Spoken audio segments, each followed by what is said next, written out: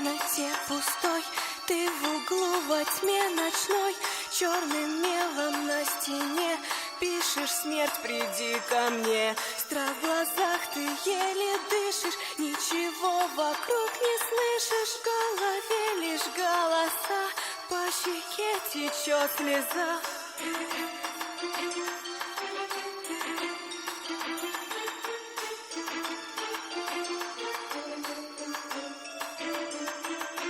Ты в чужой стране теперь, и к тебе открылась дверь в мир, где души обитают, медленно тебя сжирают. Ты боишься, ты бежишь прочь от тех, с кем говоришь, и